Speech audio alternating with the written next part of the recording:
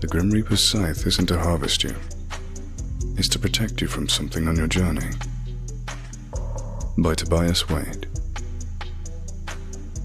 There's no fear as potent as the fear of the unknown.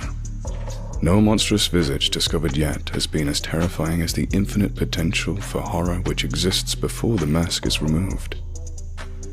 That is why we humans, in our naive misunderstanding of the universe, are gripped by the mortal fear of death. We think it the final frontier, the greatest unimaginable unknown from whose penumbral shores no traveler may return. And so we cling desperately unto even the most dreary and anguished lives, suffering any known evil over our release into the beyond. But death is not to be feared, because death is very well understood. We have witnessed it, caused it, measured and recorded it to the last dying spasm of neuronal flickering. Even as I lay dying, it seemed silly to me that I should be afraid of the emptiness which reason promised to expect. While I was alive, I wouldn't experience death, so there's no reason to be afraid now. When I was dead, I wouldn't be capable of experiencing anything, so fear still had no cause. That thought brought me great comfort, as I felt the last erratic struggle from my heart against the inevitable conclusion I approached. It wasn't until I finally drifted off to sleep that a final intrusive doubt bubbled in my brain. What if it isn't death which is to be feared? What if it is what lies beyond? And so troubled did I slip beyond mortal understanding, stepping into a world as far forsaken by reason as I was now from life. I was still in the hospital room, but the bustle of nurses and beeping machines lost their opacity, as though I was mired in swiftly descending dusk. It seemed as though every sound was an echo of what it once was, even sight and reflection. With each passing moment, the world was becoming less real. But all that sight and sound, all that being, it wasn't simply disappearing. It was transforming into a figure beside me. The less real room became the more real figure, until presently existed in such sharp actuality that nothing beside it seemed real at all. His cloak was black, not the color black, but its essence. It was as though seeing a tiger after a lifetime of looking at a child's crude drawing and thinking that that's all a tiger was. Reality flowed around his scythe like a brush through watercolors, and I could see each elementary particle and time itself sunder across its blade. Surely this, I thought, this is why we were taught without words to fear death. I clutched at my hospital blanket to cower from the intensity of the Reaper's presence. But the once soft cotton now flowed like translucent mist through my hands. I knew in that moment that nothing could hide me from the spectre's grasp, for he was the only real thing in this world. "You're late." They weren't words. My head ached from the strain of this knowledge as my lateness was burned into my awareness, imparted like an inescapable law of physics as unequivalent as gravity. "We don't have time for the usual speech. Hurry now." I felt myself swept up around him like dirt in a hurricane. Before I knew what was happening, we were outside the hospital, moving at such a frenzied pace that the world around me blurred into a dizzying tunnel of flashing light. "If you're lucky, it will have gotten bored of waiting for you." I had too many questions, all fighting for attention in the forefront of my brain without any making their way out. "You're quiet. I admire that. Usually people ask too much." "What's the point?"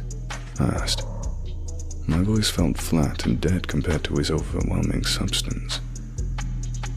How can I try to comprehend something so beyond mortal knowledge? "You can't, but it's still human nature to ask." We weren't slowing. If anything, our pace was increasing. I wasn't running or flying or anything of that nature. It was more like the rest of the world was moving around us whilst we stood still.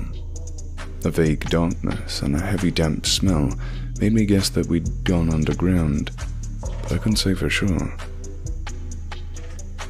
One question then. What else is there besides you? And that is why questions are pointless. Death is not a place or a person. It's all there is. Troubling thought, but made more so by the growing howl which began reverberating the rocks around me. We still seemed to be descending into the earth, and the air was growing warmer and denser now. The sound continued to mount, as though the world itself was suffering. Then what is it? What I am here to protect you from. The rocks split from the flash of his scythe, and the ground opened further into sprawling caverns dominated by a subterranean lake. But I thought you said you were all there is. No, I said death was all there is. We weren't moving any longer. Light glinted off his scythe from some unseen force and streamed into the lake like a tributary. Once inside, the light didn't reflect or dissipate, but swirled and danced like luminescent oil. I thought you were death. Death is not a person. The light was taking a life of its own inside the water. The still surface began to churn with enigmatic energy. It took my scattered mind a long while to realize that I was the energy flowing into the lake. I still felt tangled up in the figure, but we now existed as a beam of light boiling into the water. I knew I wouldn't understand, but that didn't stop me from feeling frustrated. If death is all there is, then what was it? What was waiting for me? The water pressed in around me and I couldn't speak, although I could still draw breath somehow. It is here. Something was in the water around me. Hands grabbed me by the legs and began to drag me downwards. I was amazed to even discover I had limbs again. They felt so alien to me that it almost felt as though the body was not my own. Light flashed from the scythe. Then again. The hands let go and the howling rose once more. The Reaper was fighting something, although I couldn't make any sense of the battle except for the madness of thrashing water. The howling earth reached as it crescendoed, and the screams made the water around me convulse and contract like living fluid. Had the Reaper cut it? Was I safe? I began to explore my new body in the water, but just as I thought I was beginning to gain control, the hands clutched at me once more. I lurched downward, struggling in vain against their impeccable grip. What is here? I tried to shout against the suffocating liquid. What is happening? But I couldn't sense the Reaper's presence any longer. The heat was unbearable, but the cold depths the hands were dragging me towards was even worse. I became aware of a blinding light at the bottom of the lake, and though I struggled, the hands dragged me inexorably onward. I'm sorry. I couldn't fight it off. It seemed to be coming from so far away now. We will try again next time. The pressure, the heat, the noise, the hands dragging me into the blinding light. I closed my eyes and screamed. I was free from the water now, but I just kept screaming. I couldn't bear to look at it. Whatever had stolen me. Whatever was death but wasn't. Whatever even the Reaper could not defeat.